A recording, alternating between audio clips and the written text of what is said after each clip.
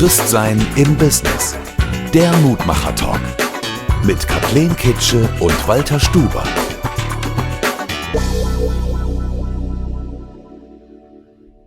Und das ist eben bei mir halt mein Pflichtprogramm, was ich auch sehr gerne mache, Sonntagmorgens im Gottesdienst in meiner Gemeinde zu sein. Ja. Klar, es gab da mit 15 mal einen Tag, auch da war auch eine Jugendfreizeit, wo ich auch ganz klar das auch für mich klar gemacht habe, wo ich mich auch entschieden habe, den Weg mit ihm zu gehen.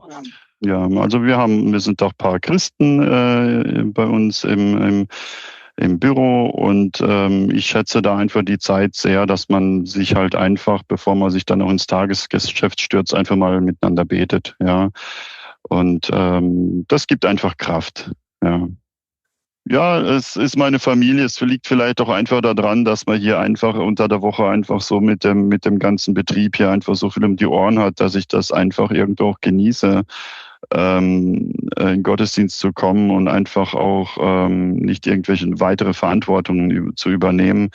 Mich hat begeistert, ganz klar, der Lobpreis. Ja, ich bin früher da gewesen, bin da reingegangen in die große Halle und da war die Band, die hat Lieder gespielt, die man kennt, die hat gesungen und da sind von überall irgendwie gefühlt einfach Leute reingeströmt und haben die Hände gehoben, gesungen und das war einfach wunderschön. Ich fand es schön. Das war ein wunderschöner Anbetungsteil, aber dann auch, dass einfach die ganze Kongress, die ganzen Leute, die dort waren, einfach dieses gewisse Etwas haben, nämlich Jesus. Ne? Also ich würde mir wünschen, dass man einfach mit diesem Jesus auch wirklich Erfahrungen macht, auch das Ganze lebt, ja, dass man seinen Namen nicht nur im Mund trägt, sondern auch im Herzen. Abonniere jetzt unseren Podcast, like die Folge und kommentiere. Christsein im Business. Der Mutmacher-Talk mit Kathleen Kitsche und Walter Stuber.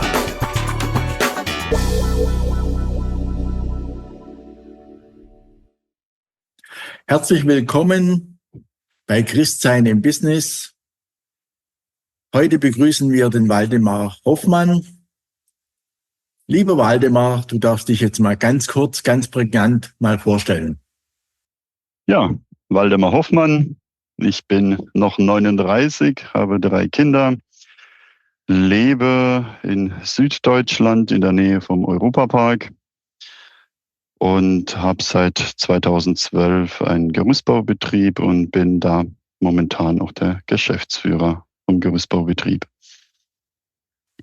Jetzt geht es natürlich um Christsein im Business und wir wollen von dir wissen, erstens mal, wie bist du mit dem Christentum oder mit Jesus das erste Mal in Begegnung gekommen? Also der christliche Glaube an sich ist ja einfach bei uns auch eine familiäre Sache. Ne? Es ist einfach schon seit Generationen so, dass wir in der Familie auch bekennende Christen sind, auch Christen, die nicht nur in die Kirche gehen, sondern das auch glauben, was da gepredigt wird und auch wirklich auch bekennende und auch gläubige, lebendige Christen sind. Und von dem her bin ich da auch in eine Familie reingewachsen, bin da auch als Kind getauft worden, gleich in einer Gemeinde gewesen. Und man hat von klein auf immer die schönen Jesus-Geschichten gehört und wurde da mit hineingenommen. Und bis halt zu dem Zeitpunkt, wo es dann kam, wo man dann Jesus halt auch persönlich annehmen durfte. Willst du uns mal eine Geschichte erzählen? So, du warst dann in der Kinderkirche auch? Genau. Kannst du da noch mal so an jemanden erinnern von früher oder mal so? Bei mir war es die Tante Bertha. Wer war es denn bei dir? Ja, das war der Onkel Johannes. Genau, und die haben damals so eine Geschichte noch erinnern? Nee, aber ich habe so einfach so das Bild im Kopf, wie da einfach viele Kinder sitzen. Da sind wir auf Bänken gesessen, so aneinander gepresst, ne? Und haben einfach die Geschichten gehört. Und wie dann der Onkel Johannes, der hat es einfach toll gemacht. Der lebt auch tatsächlich noch, ja. Den habe ich letzte Woche oder vorletzte Woche war da mal eine Konfirmation in der Gemeinde, habe ich den noch mal gesehen, ja. Aber dann war da so eine Tafel und da wurden da so Filzfiguren dann so draufgeklebt oder so Bilder und das ist so das Bild, was ich dann so habe über die Kinderstunden, die Kindergottesdienste. Mhm. Kathrin, wie war das bei dir? Ja, bei mir war das auch ähnlich. Aus dem christlichen Elternhaus sind wir in die Kindergottesdienst gegangen, dann später auch Konfirmandenstunde und so weiter. Wir hatten eine Partnergemeinde in Westerzelle. Die sind dann auch bei uns gewesen und haben dann so Kinderbibelwoche gemacht. Also das ist zum Beispiel so ein Erlebnis, wo ich mich noch ganz gut dran erinnern kann. Das war immer spannend eigentlich, weil man da wirklich so, ja, erstmal noch viel mehr Kinder auf dem Haufen gehabt, so dass man sagen kann, das hat richtig Spaß gemacht. Und weil du gerade sagtest mit diesen Klebern, wir haben damals unser Glockenturm gestaltet, praktisch auf eine Tafel gemacht mit so Krepppapier. Da haben wir das alles so ausgeschnitten und haben dann wirklich unseren Glockenturm nachgebaut und dann als Bild halt so gestaltet. Das war schon so ein Erlebnis, was ich da eigentlich so aus meiner Kindheit da draus habe. Ja. Gut. Du bist dann konfirmiert worden, ja, richtig? Genau. In welcher Gemeinde bist denn du zurzeit? Ich bin in Freiburg in einer Brüdergemeinde. Genau, und das ist eben bei mir halt mein Pflichtprogramm, was ich auch sehr gerne mache, Sonntagmorgens im Gottesdienst in meiner Gemeinde zu sein, ja. So, Kathleen, du darfst fragen. Ja, immer sind wir schon im Glauben eingestiegen und bei mir war es jetzt so, dass ich eigentlich zwar christlich erzogen worden bin und habe auch Konfirmandenstunde gemacht und bin dann auch konfirmiert worden, aber später gab es dann nochmal so ein Erlebnis, wo ich sage, da habe ich wirklich nochmal gespürt, dass Jesus da ist. Gab es bei dir auch so ein Schlüsselerlebnis irgendwie, wo du sagen kannst, jetzt ist wirklich der Glaube in mir angekommen, in mein Herz gerutscht oder ist das einfach so ein fließender Prozess gewesen? Klar, es gab da mit 15 mal einen Tag, auch da war auch eine Jugendfreizeit, wo ich auch ganz klar das auch für mich klar gemacht habe, wo ich mich auch entschieden habe, den Weg mit ihm zu gehen. Genau, und es haben dann auch, danach gab es dann auch Höhen und Tiefen. Und das ist ja einfach das Schöne, dass es einfach nicht bei dieser einmaligen Gottesbegegnung bleibt, sondern dass der Glauben immer wieder wächst und man einfach, wenn man meint, man hat Gott erkannt, dann setzt Gott noch einen drauf und man erkennt ihn dann noch tiefer und noch intensiver. Und genau, und so ist es einfach ein Prozess, ein Kennenlernen, wo man nie auslernt. Jetzt wie viele Jahre bist du jetzt verheiratet? Und kannst du uns noch so ein bisschen ein Erlebnis sagen? Hast du deine Frau in der Jugendstunde kennengelernt oder hast du keine christliche Frau? Also ich muss jetzt auf meinen Ring mal schauen. Nee, also 2013 habe ich geheiratet. Genau, und meine Frau habe ich übers Internet kennengelernt. Mhm. Und und sie kommt glücklicherweise auch aus einer Gemeinde aus Hessen und genau, sie geht mit mir gerne in die Gemeinde und genau, teilt mit mir den Glauben und liebt Jesus auch, ja. Wie viele Kinder hast du jetzt? Wir haben drei Kinder. In welchem Alter? Ja, die kleinste ist 3 Jahre alt, dann kommt 8 Jahre und 10 Jahre alt. Mhm. Gut.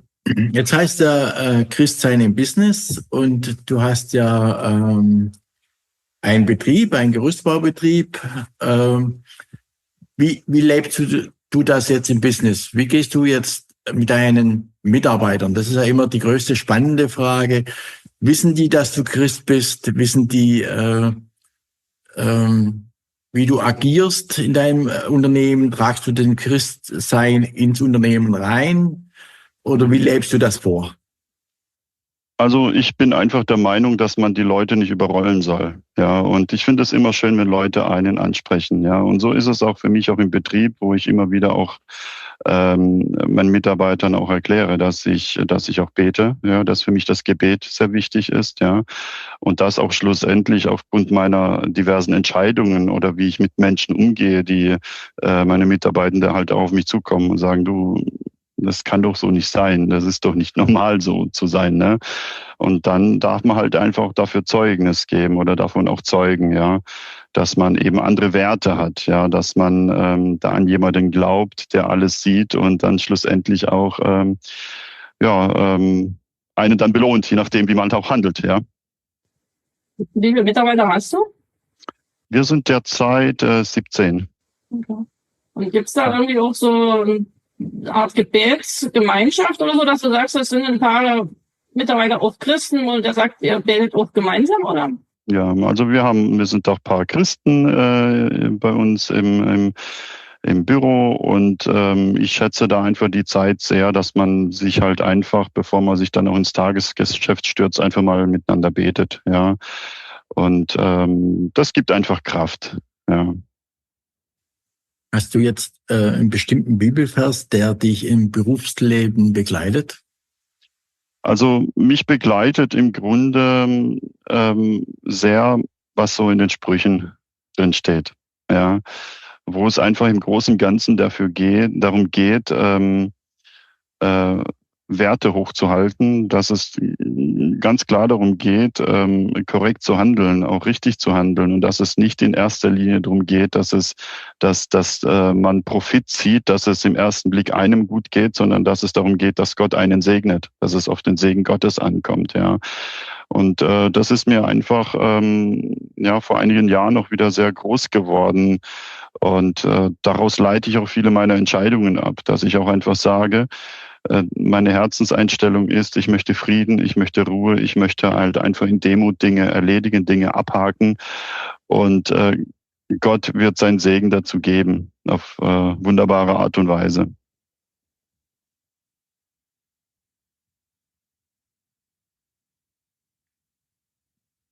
Und du, Walter? Du schaust so. Warte, dass die Kathleen fragt, ja. Die Kathleen verlässt sich immer auf mich, dass ich die guten Fragen habe, ja. Nimmst mir immer die guten Fragen voraus, das ist immer das Problem. So, ja. Nächstes Mal darfst du anfangen wieder, ja.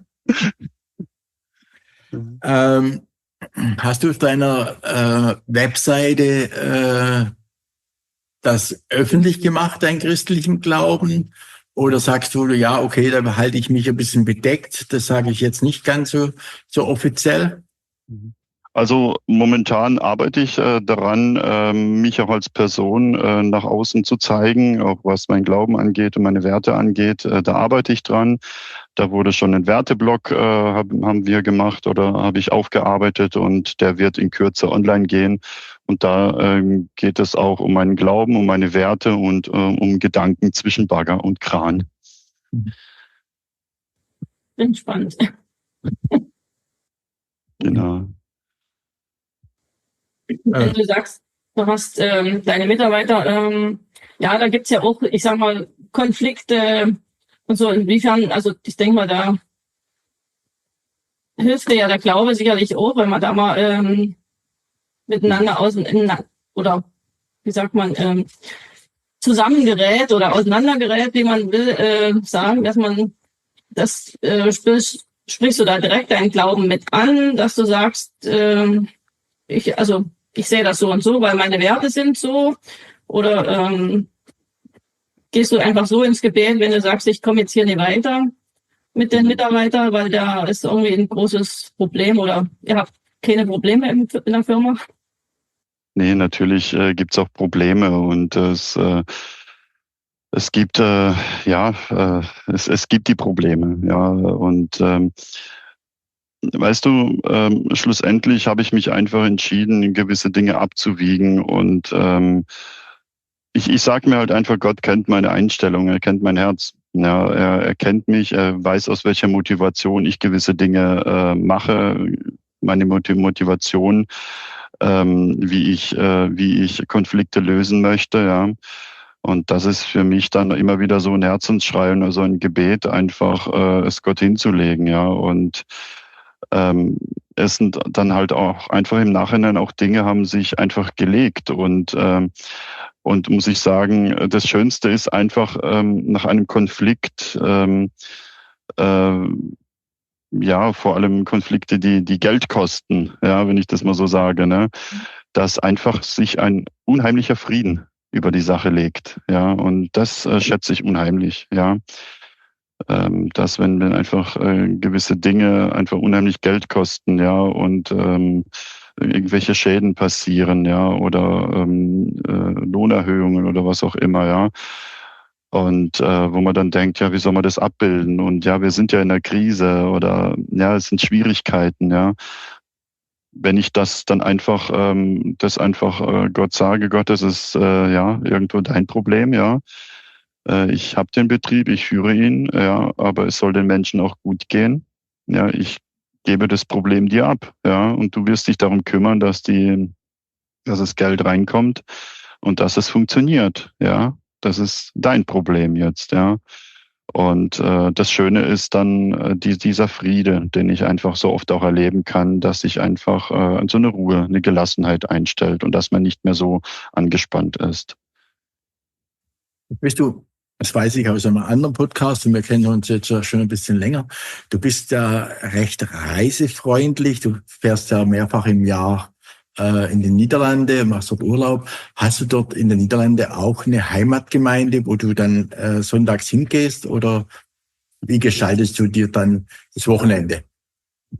Also tatsächlich, wenn wir unterwegs sind, haben wir natürlich auch einen Livestream, wo wir gerne reinhören von unserem Gottesdienst.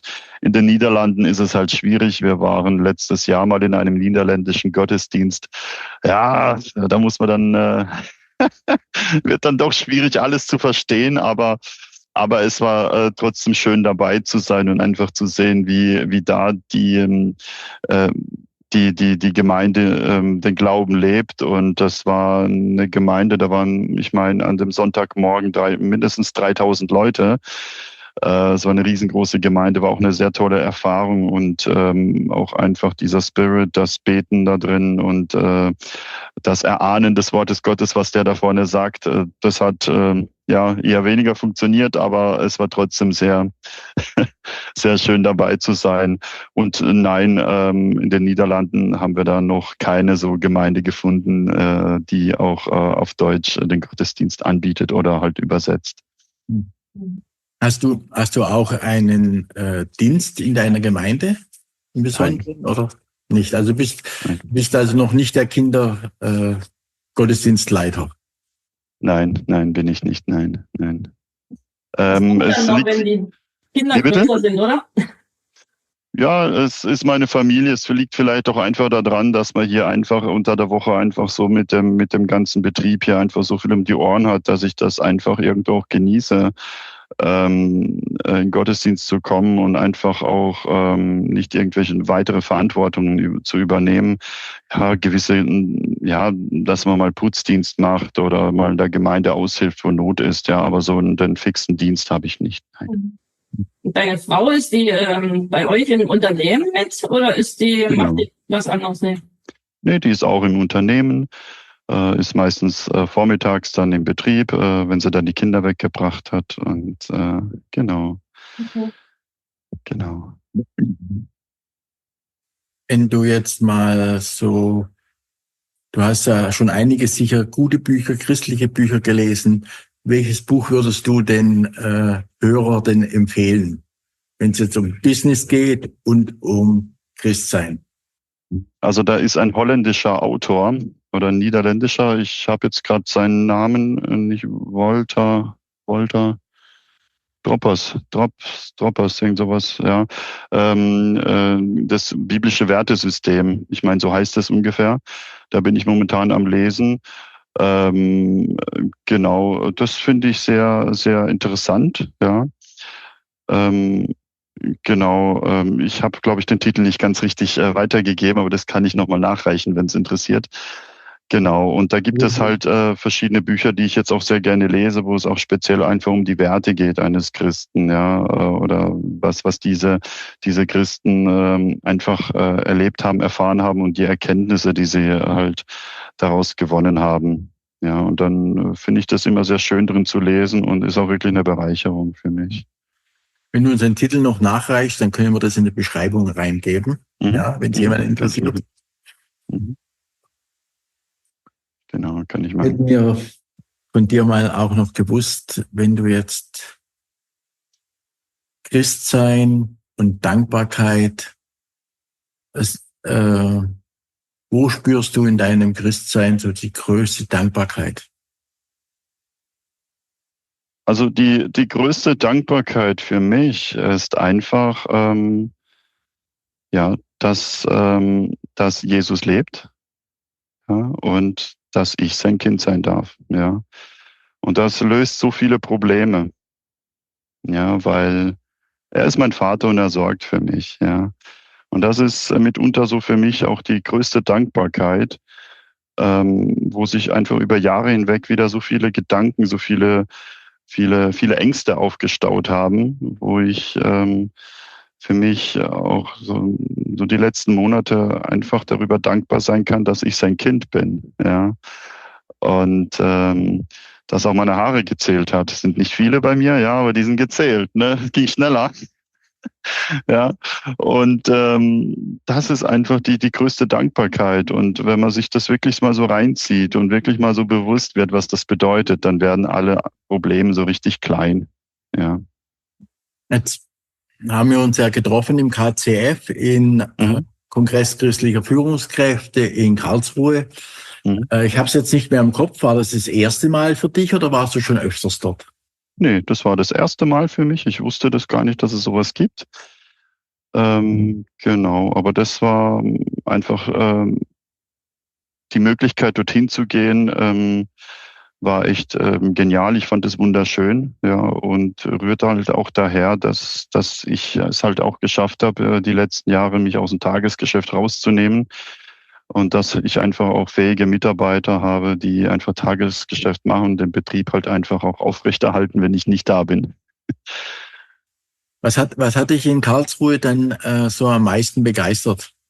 Mich hat begeistert, ganz klar, der Lobpreis. Ja, ich bin früher da gewesen, bin da reingegangen in die große Halle und da war die Band, die hat Lieder gespielt, die man kennt, die hat gesungen und da sind von überall irgendwie gefühlt einfach Leute reingeströmt und haben die Hände gehoben, gesungen und das war einfach wunderschön. Ich fand es schön. Das war ein wunderschöner Anbetungsteil, aber dann auch, dass einfach die ganze Kongress, die ganzen Leute, die dort waren, einfach dieses gewisse Etwas haben, nämlich Jesus. Ne?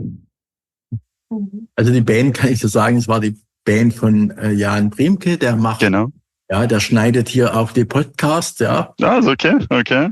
Das habe ich das erste Mal live hier in Karlsruhe getroffen. Danke. Und seit 2017, er hat also auch mit der Sabine Langenbach unser Buch Mutmacher, das Praxishandbuch besprochen. Also die Hör-CD hat er gemacht, mit der Sabine Langenbach, ja. Und sie haben uns das erste Mal jetzt nach vielen Jahren getroffen. Ja. Genau. Ja. Jetzt, wo du den Namen sagst, stimmt, er war das. Ja. Kathleen, du bist dran. Ich bin dran. Ich bin gespannt, also gerade mit dem KCF. Bin damals auch in Karlsruhe gewesen, aber jetzt nicht dieses Mal, sondern schon vor, ich glaube, 4 Jahren oder wann das war. Gerade der Teil mit dem Lobpreis finde ich auch immer sehr beruhigend oder sehr inspirierend, wie man sagt, auch die Gespräche, die da geführt werden, weil einfach alles, wie du schon sagst, dieser Spirit und die Leute alle halt eigentlich den gleichen Grund haben, warum sie da sind. Und das merkt man halt den Leuten da auch an. Und gerade in der Geschäftswelt finde ich das ganz spannend, weil man da wirklich so viele Leute trifft, wo man denkt vorher gar nicht dran, dass das Unternehmer sind irgendwie. Und ich habe damals sogar Leute beim Kongress getroffen aus unserer Gegend hier, wo man eigentlich nie weit weg voneinander wohnt. Und dann trifft man sich weit weg auf so einem Kongress eigentlich. Das fand ich auch sehr spannend. Genau. Und in 2 Jahren ist es in Leipzig, da kannst du in unsere Gegend mal kommen. Gerne. Also ich bin das nächste Mal sicher dabei. Es war sehr schön, ja. Was würdest du dir, Waldemar, wünschen von der nächsten Generation von christlichen Führungskräften? Also ich würde mir wünschen, dass man einfach mit diesem Jesus auch wirklich Erfahrungen macht, auch das Ganze lebt, ja. Dass man seinen Namen nicht nur im Mund trägt, sondern auch im Herzen, ja. Und wir haben einen großen Gott, der einfach so viel kann und auch Trost gibt, ja. Und es geht nicht in erster Linie, dass man dann wirklich reich wird und so, ja, aber es geht halt am Ende einfach darum, dass Gott die Zufriedenheit gibt und die Gewissheit, dass man sein Kind ist, ja, und dann die Ewigkeit auch bei ihm verbringen darf. Ja, und das ist einfach ja, das steht vordergründig, aber auch als christliche Führungskraft natürlich auch die Geschäftswelt verändert, ja. Die Geschäftswelt, dort, wo eine Ellenbogengesellschaft ist, dort, wo man Leute hintergeht, wo man sie betrügt, ja, dort, wo man versucht, seinen Vorteil rauszubekommen, dort, wo man Mitarbeitende ausquetscht, aussaugt, ne, dass man da in dieser Welt einfach dasteht als Unternehmer, als christlicher Unternehmer mit christlichen Werten und Mitarbeitende fördert, ja, aber auch dem Kunden gegenüber, den Auftraggebern gegenüber klar Gesicht zeigt und sagt, wer man ist und was für Werte man hat und welche Glauben man hat. Wenn man jetzt Unternehmer ist und Christ, dann kommen immer zwei Aspekte gleichzeitig zur Geltung. Man wird doch vielleicht so ein bisschen mehr gefragt, zu spenden. Kannst du mal sagen, wo du in christliche Werke spendest? Ja, ich habe mehrere. Sinnlos, oder nicht sinnlos, sondern sinnvoll findest, was zu tun. Genau, ich habe mehrere Dinge in mehrere Werke, wo ich auch ganz konkret spende, ja. Und dann ist es für mich einfach so eine Art weiterer Sinn, wo, wenn ich irgendwie Menschen begegne oder irgendwie eine Organisation begegne und dann spüre ich innerlich so einen Impuls, ja, gib den, ja. Dann habe ich einfach so diesen Impuls in mir, dass ich dann einfach sofort gehe und entweder eine Überweisung mache oder halt was in die Kollekte mache oder was in die Hand gebe oder sowas, ja. Also es gibt da verschiedene Wege. Der eine Weg ist natürlich monatlich über einen Dauerauftrag, ja, dass man verschiedene Institutionen und auch die eigene Gemeinde unterstützt, aber auch dann so außerhalb dieser regulären Daueraufträge einfach so auch spendet und gerne auch gibt, ja. Kathleen, du hast eine Abschlussfrage. Eine Abschlussfrage. Oh, sind wir schon zum Abschluss gekommen. Schöne Worte jetzt zum Schluss hier. Aber wenn wir gerade noch mal beim Spenden sind, dann kann ich gerade noch eine Frage. Und zwar hört man ja immer wieder von Unternehmern, wenn die jetzt so Weihnachtskarten verschicken zum Beispiel, dann heißt es, wir verzichten auf Weihnachtsgeschenke, weil wir da hinspenden oder so. Oder wie macht ihr das bei euch im Unternehmen? Macht ihr auch solche Sachen, dass ihr sagt, okay, Weihnachtsgeschenke an irgendwie Kunden geben wir keine, aber dafür spenden wir? Oder sagt ihr, nee, wir machen lieber ein paar Geschenke, weil wir die Leute auch wertschätzen? Das ist ja auch trotzdem nicht falsch. Ja, also wir haben unser letztes Weihnachtsgeschenk an Kunden haben wir ausgesucht, haben wir Kaffee genommen, der einfach Fairtrade hergestellt ist, wo wir genau wissen, wo der herkommt. Ja, Walter, über die Monika habe ich den bekommen, den Kaffee. Da werden auch Frauen unterstützt, die das Ganze pflücken und man weiß, wo das auch hingeht. Weil das ist schlussendlich ein bisschen auch mein Problem, wenn ich in Organisationen spende, wo ich nachher nicht weiß, wo geht das hin, wo das einfach in der Verwaltung versickert oder sonst wo, ne? Und da bin ich einfach Ende letzten Jahres auf die Monika gestoßen, die mir von dem Kaffeeprojekt erzählt hat. Da habe ich gesagt, Monika, schick mir den Kaffee zu, egal was kostet, ich mach's. Da wird ein Weihnachtsgeschenk draus gemacht. Da kam eine Karte dran, wo drin steht, was das für ein Kaffee ist, wo der herkommt und wem er dient. Und da sind wir zu den Kunden raus, haben da die Geschenke auch wirklich auch persönlich verteilt, mit den Kunden geredet und das ist halt wirklich auch gut angekommen, weil das Ganze halt auch einen Sinn hat. Ja, genau. Den Link zu der Monika Belitza füge ich ein. Ja, darf ich nicht vergessen, aber mache ich. Wenn ich vergesse zum Einfügen, dann bitte in den Kommentar schreiben, dann setze ich das nach in den Kommentar. Einen ganz lieben Gruß auch an die Monika. Genau. Ja. Vielen Dank, Waldemar, dass du mit teilgenommen hast. Gerne. Sind wir schon zum Ende gekommen, ja? Zum Ende. Wir haben noch viele Fragen, aber wir haben auch viele Teilnehmer und es ist immer wieder spannend reinzuhören. Und wir werden jedes Mal besser. Wir verbessern uns jedes Mal. Und sehr schön. In einem Jahr einmachen, da sind wir mit den Fragen noch besser. Ja. Alles, schön. Ich sage immer, alles braucht seine Zeit. Ja. So sieht's aus. Ja, danke, dass ich dabei sein durfte. Bitte. Ja, für diesen Format. Vielen Dank. Genau, also bis dann. Gute Zeit. Abonniere jetzt unseren Podcast, like die Folge und kommentiere.